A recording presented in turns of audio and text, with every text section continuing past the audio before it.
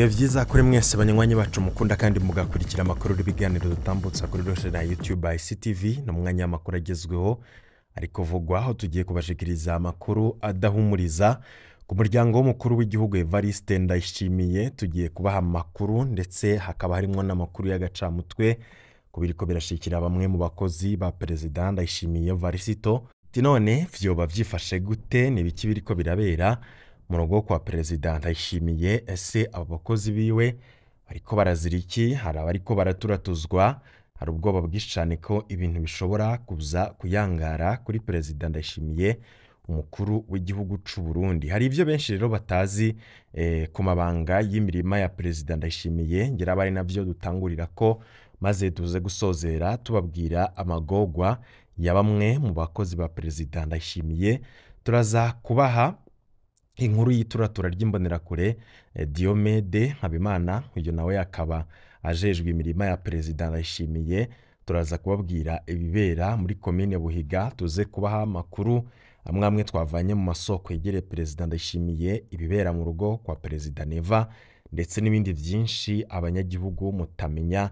Byose twabyegeranije, muraza kugenda murabikurikira mu buryo bw'idonido. Ico usabwa conyene ni ugufyonda kuri subscribe maze ukanagira partage kugira igihe cyose dushize ko inkuru rajuronka notification ko dushize ko bishasha. Tudatevye ka tubanze no nkuru tuyitangurira Karusi, aho tugira tugaruke kuri amwe mu mabanga y'imirima ya President Ndayishimiye.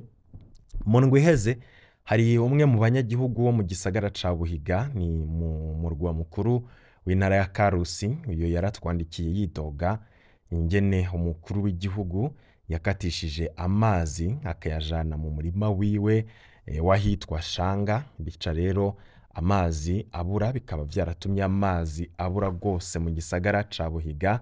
Aho kandi ni mu gihe yaho ibuhiga bari basanzwe bagira n'ingorane y'amazi iyo ici rigeze. Ni ukuvuga ko muri kino gihe muri iyo ntara, muri Buhiga, nta mazi bafise kubera ko umukuru w'igihugu yaragiye kuyavomereza imirima yiwe. Muramubona buri munsi ariko arayifotorezamwo n'abakozi baba bayirimwo, bamwe babona mvugwa ko badahembwa. Uyu munyagihugu akaba avuga ko ubu vyunyutse kuva na make bari bafise akatishijwe ayo mazi akajanwa mu mirima y'umukuru w'igihugu Ndayishimiye. Mu mpera y'indwi iheze President Ndayishimiye we akaba yarishimye ngingene abandanya kurima ngakongera kimbura muci, aca asaba abarundi bose kumwigana. Ariko inyuma y'ayo makuru hari uyundi munyagihugu w'Ikarusi yashimye kudusangiza amabanga ajanye n'uburimyi bwa President Ndayishimiye mu ntara ya Karusi. Hari n'amakuru ajanye n'igurwa ry'amatongo, uko abamukorera bahembwa, iburwa irengero ry'ubujejwe imirima n'ibindi. Ni inkuru rero turi buze kugenda turabashikiriza. Iyo nkuru tukaba twayishize mu mice ibiri mikuru, tukaza kubabwira imirima ya Shanga na Gashanga, ni muri iyo ntara ya Karusi, imirima ya President Ndayishimiye. Uwo munyagihugu yaduhaye ubutumwa yatubwiye ati, yanditse ati, ndabaramukije, nashimye cane ko mwatanze inkuru ijanye n'ibura ry'amazi ibuhiga inyuma yaho amazi akatishijwe akajanwa mu mirima y'umukuru w'igihugu uri ku mutumba wa Shanga. Ico si ikinyoma, amazi asanzwe akena cane muci kuri centre Buhiga. Umuntu rero aciye afata na make abonetse akayisangiza akayajana mu murima wiwe, birumvikana ko ibara riba riguye.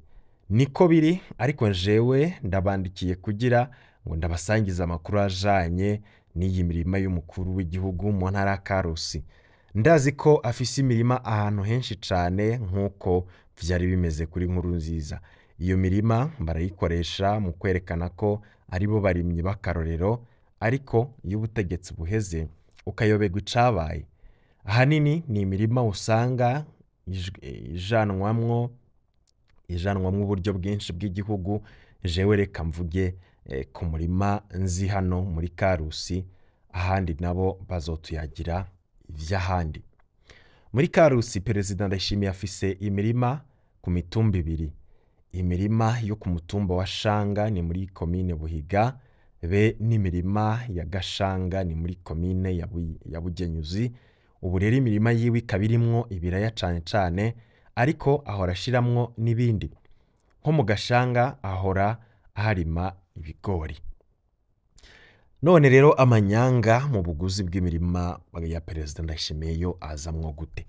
Amakuru y'ibanga nk'uko twabibwiwe n'uno munyagihugu yavuze ati imirima yo mu Gashanga iri ahantu uba uvuye mw'ikaburimbo riva i Karusi centre ugeze ahitwa Irwingoma, aho yihagiye itongo ry'umwubatsi w'amazu yitwa Elia avuka muri komine Gitaramuka, akamuhenda ko azomuha inka, n'ubu akaba atarazimuha, hakaba haheze imyaka 5. Ni ukuvuga Perezida aramaze imyaka 5 ku butegetsi yambuye uyu munyagihugu waho ngaho Gitaramuka, yaramubeshe ko azomuha inka ariko yararindiriye amaso ahera mu kirere.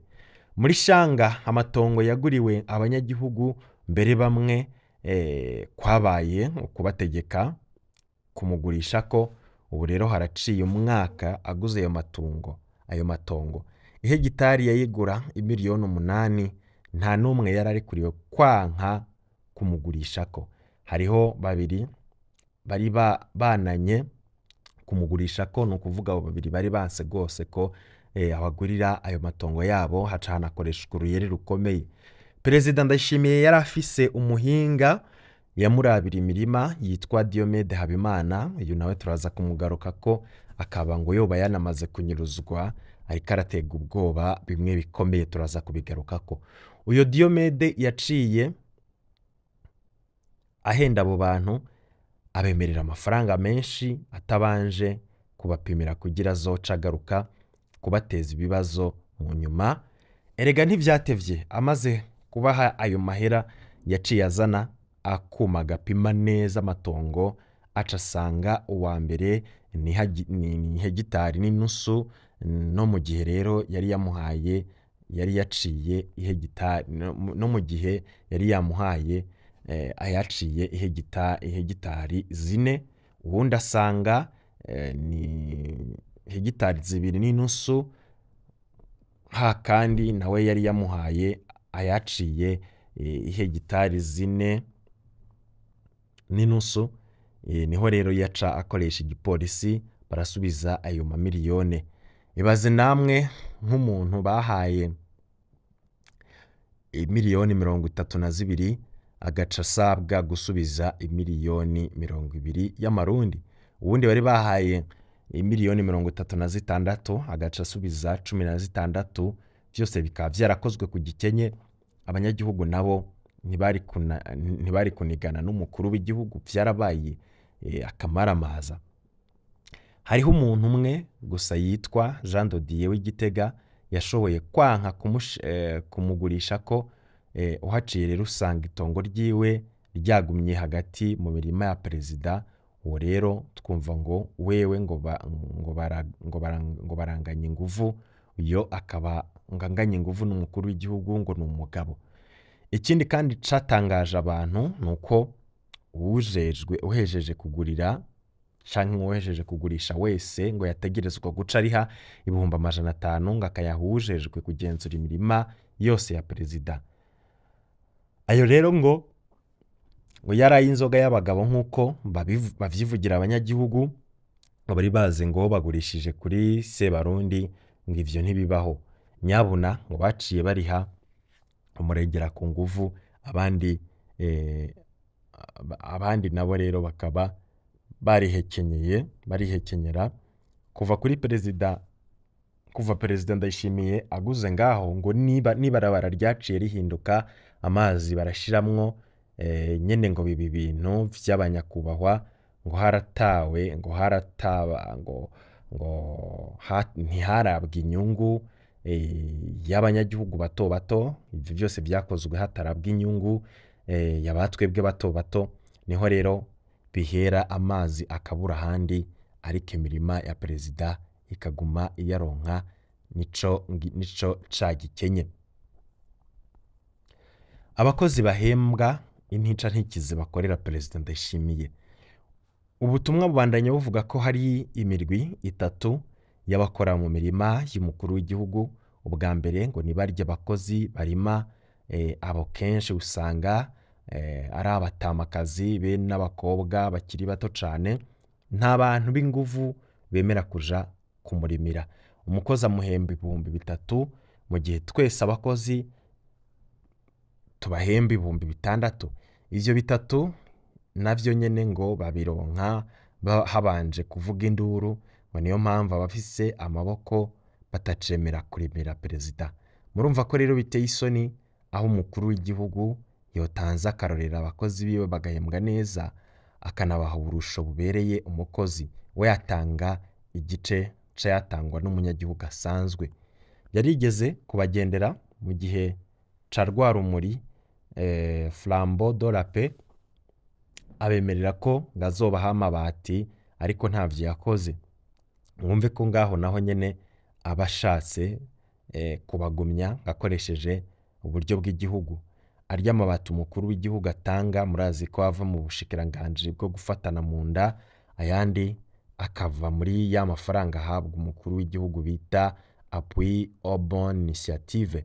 Urumva rero na hamwe yotanga amabati ku bakozi bamukorera, ngazobakoresheje amafaranga y'igihugu kugira ashimishe abakozi biwe asanzwe ahemba intica ntikize. Umurwi wa kabiri w'abamukorera ni abafundi b'indimo canke les agronomes. Abo nabo nyene ngakoresha abantu usanga ari abana bakiva ku mashure, agaca ahemba 150 ku kwezi. Muribaza icarico 150 y'amarundi mu Burundi bw'uno munsi? Nta n'uburyo bwo kwiyunguruza abaha, bakaba bagenda n'amaguru. Babonye barateye akagongwe n'ukuri.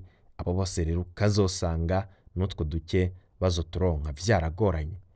Umurwi wa nyuma ukaba ugizwe n'umuhinga yitwa Diomede Habimana be n'uwundi yitwa Superviseur National, iyo ajejwe imirima y'umukuru w'igihugu mu Burundi bwose. Uyu muhinga Diomede Habimana akaba yaranamukoreye ibintu biteye igomwe, imirima uyiravye nibitangaza. Ariko kuva mu kwa 12 Diomede Habimana yarabuzwe irengero. Ubu ntawuzi ivyamubaye ko uwo musuperviseur national we ni umudesisi, nta vy'indimo yize, ndetse akaba ari n'igihangange ubona gifise uburyo bukomeye. Iburwa irengero rya Diomede Habimana akorera Perezida Ndayishimiye muri ivyo vy'imirima yiwe. Uyu muhinga akaba yarajejwe imirima y'umukuru w'igihugu, ariko akaba yari n'imbonerakure ikomeye cane. Mu nyuma hoba hariho abashatse kumugirira nabi. Ubu nta na hamwe atogwa, telefone ziwe zarazimijwe. Abantu bose bakaba barazanye ico, abantu bose bakaba babazanye ico yabaye, abantu bose barabazanye ico yabaye, nta nyishu bararonka. Biratangaje kubona umuntu akorera umukuru w'igihugu anyika kakaba kamizwe n'ingoma. Kumwe rero musanzwe murondera abandi bazimiye, murabandanya murondera n'amakuru, mwumve ko rero mwomenya icamushikiye. Ariko nanone umunyagihugu avuga ati norangiza mvuga nti ni vyiza ko umukuru w'igihugu atanga akarorero mu kurima kijambere, ariko amanyanga tubona ntateka muha. Amanyanga mu kugura amatongo, kwihagira amazi rusangi, guhemba intica ntikize abakozi biwe, kandi akabahemba atevye cane, kwemera ingabire azoha abakozi ntazitange, kandi ugasanga ni ingabire zizova mu buryo bw'igihugu n'ibindi n'ibindi. Iyo ariko aravuga ngo abandi bose bomurabira ko bakaba abarimyi badasanzwe, nibaza ko ari ukwiyerekana gusa. Hamwe abandi bose bomera gutyo, ibara ryo bariguye. Ubwo ni ubutumwa bw'umunyagihugu rwose azi neza ibibera ku mukuru w'igihugu, ndetse n'ivyo vy'amatongo yiwe. Twari twababwiye ko tuza no kubabwira ibugwa irengero ry'umukozi akorera Perezida Ndayishimiye. Iturutura ry'imbonerakure Diomede Habimana ajejwe imirima ya Perezida Ndayishimiye muri komine Buhiga. Dani Diomede Habimana akaba ari imbonerakure ikomeye yo muri komine Buhiga mu ntara ya Karusi. Bamwe bamuzi bakaba bamuzi kuri tazirano y'abasore. Uyo rero iyo imbonerakure zo muri Buhiga zikaba zivuga ko nazo nyene zimutinya. Ni imwe mu mbonerakure zahoze zitukana bidasanzwe. Izi mbonerakure zikaba zivuga ko ari imbonerakure yegereye umukuru w'igihugu, niwe yaranajejwe imirimo y'umukuru w'igihugu muri iyo komine. Ariko kuva mu mpera za Kigarama 2024 Diomede Habimana ntakiboneka, bakaba bayeho anyegeye bidasanzwe. Mu nkuru twabahaye duhejeje kubaha ikabijanye n'ibinyegezwa bifatanye n'imirima ya Perezida Ndayishimiye, hakaba hari uwamutabarije ko batazi irengero ryiwe. Iyi nkuru kandi ikaba inababaje cyane. Abo ku kirimba c'umukuru w'igihugu bakaba bashavuye rwose kubera ino nkuru. Umwe mu bakora mu biro vy'umukuru w'igihugu akaba ahejeje kutumenyesha ko Diomede Habimana ari muzima, ko bafise amakuru yaho anyegeye kandi ko ngo yoba yasabwe ko yobeshuza amakuru turiko turatanga. Uyu mukozi mu biro vy'umukuru w'igihugu akaba yashimye gutanga umuco ku vyo imbonerakure Diomede Habimana azira, mbere akaba atanga n'ayandi makuru ajanye n'imirima ya Perezida Ndayishimiye. Hano rero tugiye kubasangiza amwe mu makuru yaduhaye, twirinze gushira habona ivyo tumamenyekana. Amakuru yadusangije ni menshi, tukaba tuzoyatanga mu bihe bitandukanye. Diomede Habimana ntiyanyurujwe ahubwo aranyegeye. Isoko ryo mu biro vy'umukuru w'igihugu ryatubwiye ko hariho umutahe urondera Diomede Habimana, umutahe wavuye muri parike ya Karusi. Iri soko kandi rivuga ko umutahe waturutse ku mashari ari mu bajejwe imirima ya Perezida Ndayishimiye, cane hagati ya Diomede Habimana umuhinga yarajejwe imirima muri Buhiga be na Damascene Nduwayo ariwe agenzura imirima ya Perezida Ndayishimiye mu gihugu cose. Damascene Nduwayo ngo yoba atinya ko Diomede Habimana ashobora kumusubirira. Iri soko rivuga ko muri Kigarama 2024 Diomede Habimana yatumwe ko ku kirimba kwa Perezida Ndayishimiye Gitega. Diomede Habimana akaba yari umuntu yakoze ibintu bidasanzwe mu mirima ya Ndayishimiye hitwa Shanga no muri komine Buhiga. Uwo mugoroba ku kirimba Igitega Diomede akaba yarashimwe cane gose, mbere umupfasoni w'umukuru w'igihugu aca mugabira miliyoni 5 z'amafaranga nk'agashimwe. Uwo mugoroba ngo banamuhaye imodoka yo ku kirimba iramutahana. Perezida akaba yari yigeze kuvuga ko azomuha imodoka imwunguruza. Diomede Habimana yapfuye gushika Buhiga. Inkuru ikwira hose ko Diomede agiye gukomera, mbere ko umukuru w'igihugu amuhaye imodoka izohora imwunguruza. Rya soko rikaba rivuga ko ayo makuru yaciye ivutu Damascene Nduwayo asanzwe yajejwe imirima yose y'umukuru w'igihugu.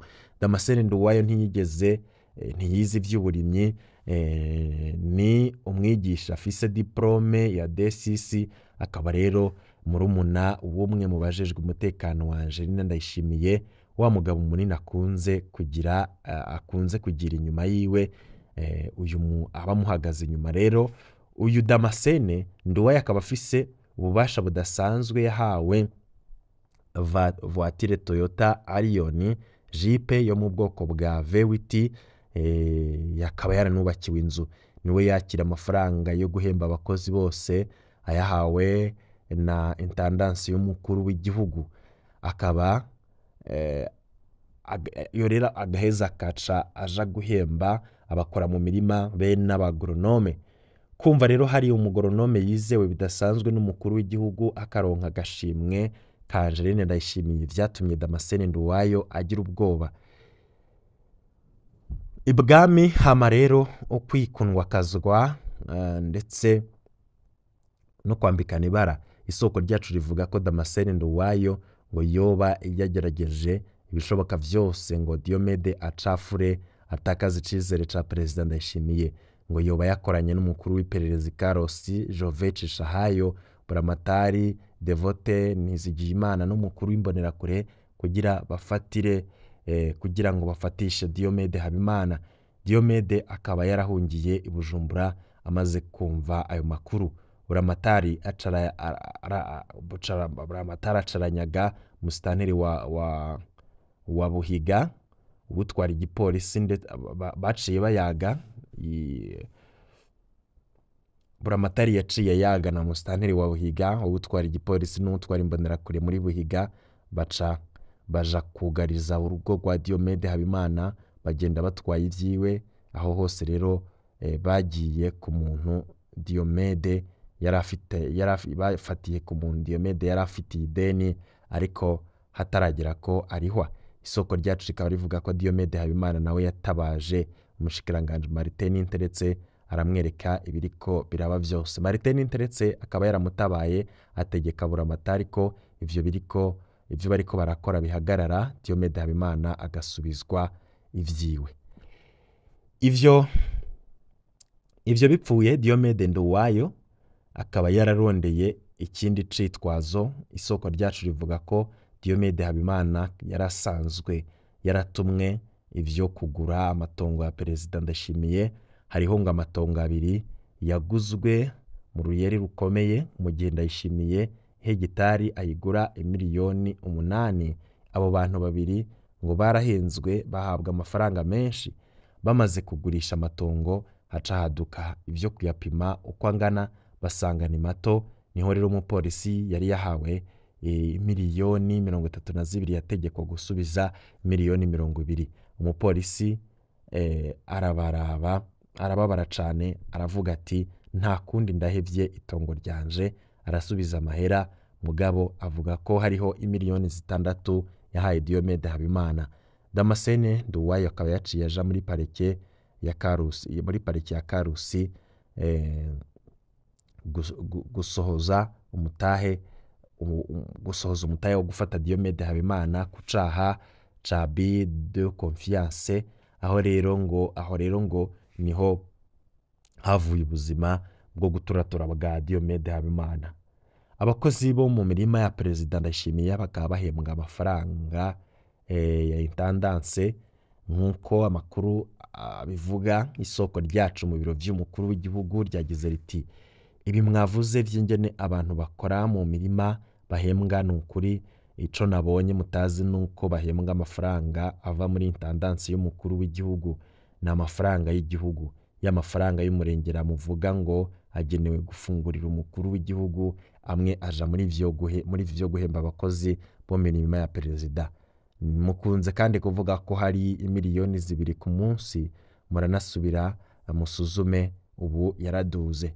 Ikindi mutavuga nuko abo bakorera Perezida bose bahembwa mu minwe. Abo mu mirima ni kenshi usanga ari abatamakazi n'abana babigeme, bamwe baba bahevye amashure.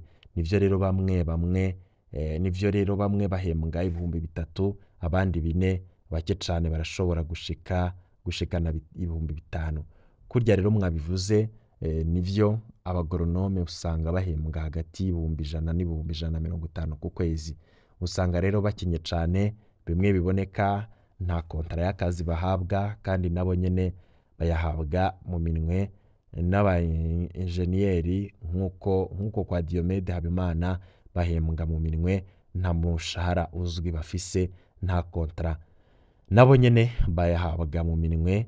Ikindi kandi mwavuze kirico nuko batamenya igihe bazoronkera umushahara wabo. Hari abo haca amezi 3, 5 ndetse n'ayarenga batarahembwa. Nk'aha rero ba enjeniyeri babona aba ba enjeniyeri babona bahamagagwa ku telefone n'umutwara intendance, bakumva babwira ko hari ikintu agira abarungikire gukorera Perezida Ndayishimiye. Birababaje cane, birimwo rero agasuzuguro kadasanzwe. Usanga umurima umaze gucamwo, usanga umurima umaze gucako aba enjeniyeri nka 7 bose bataka ko bakavuga ko bananiwe kubandanya gukorera muri ubwo buryo. Uhuye rero n'uwamukoreye ukamusanga ukamusaba gusubirayo gufata nk'umusazi wiwe, yo gufata nk'umwansi wiwe, kuko nta kintu kibabaje nko kubona ngo umuntu akurikirana umurimo wa perezida ukamusanga yambaye ikamambiri yatobotse. Imirima ya perezida ni myinshi cyane mu gihugu, aho hirya nino hasanga hafise iyo mirima.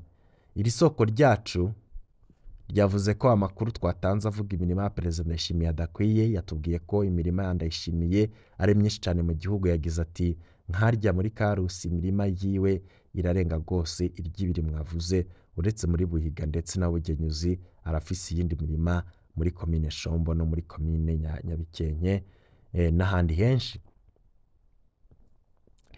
Abantu bubahuka kumwankira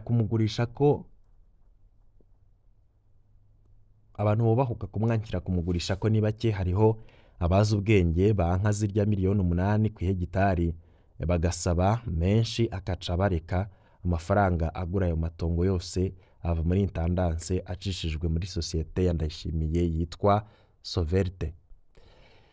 Iri soko rivuga ko ubundi buhinga bukoreshwa mu kwiha amatongo ngo ni ukurondera uwushinga ishirahamwe ryitirirwa imbonerakure zikitwa ko zirimire hamwe, ngo nawe akaziha imbuto. Hano rero haba hateguwe ko mu nyuma iryo tongo rizoca riba irya Ndayishimiye. Ivyo rero bashobora kubikora ku itongo rya leta canke itongo ry'umuntu yahunze. Mu gusozera, imbonerakure Diomede Habimana ntabwo yanyurujwe nk'uko bamwe bavyibaza. Abayeho anyegeye kubera umutahe wa parike ya Karusi umurondera. Uyu mutahe ukaba wavuye ku ishari riri hagati ya Diomede Habimana na Damascene Nduwayo ajejwe imirima yose ya perezida Ndayishimiye. Uyu Diomede Habimana akaba ari ivyo ariko arasabwa n'ibiro vy'umukuru w'igihugu ngo abeshuze zino nkuru. Nabikora turaza kubigaruka ko abakora mu biro vy'umukuru w'igihugu bakaba bemeza mwibanga ko amafaranga akoreshwa mu mirima ya Evariste Ndayishimiye ava mu mafaranga ya intendansi y'umukuru w'igihugu. Babona ko ariyo mpamvu aguma yongerezwa. Bakaba bavuga ko bababazwa n'ingene abakora mu mirima y'umukuru w'igihugu bafashwe nabi cyane. Iri soko rikaba ryaduhaye ikopi y'umutahe urondera Diomede Habimana. Imbonerakure z'Ibuhiga nazo zikaba zatubwiye ko Diomede Habimana asanzwe ari imbonerakure nazo zitinya cyane. Aya rero namwe mu mabanga y'ibibera kwa Ndayishimiye abarundi benshi mutamenya. Ibi vyose tukaba twabibashikirije kugira mumenye ukuri kubiba mu Burundi. Ibi bintu kandi birababaje cyane, biranateye isoni kubona umukuru w'igihugu ashobora kuvugwa mu bintu nk'ibi.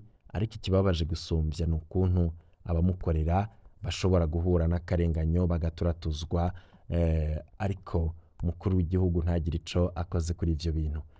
Ngivyo rero bimwe mu biba bigarukwa ko banywanyi bacu. Twabemereye ko amakuru yose agenda avugwa tuyabashikiriza. Ico wokora conyene mu kudushigikira no gufyonda kuri subscribe maze ukaraje urakurikira amakuru n'ibiganiro dutambutsa, natwebwe tukabandanya gushikiriza inkuru n'ibiganiro umunsi ku munsi nk'uko twama tubikora. Kandi muramenyereye ko amakuru meza tohojwe neza hamwe mudashobora kuronka ahandi muyarondera kuri ino shene ya ICTV umunsi ku yundi. Bihe byiza kuri mwese, mu kanya tuze guhura mu yandi makuru agezweho.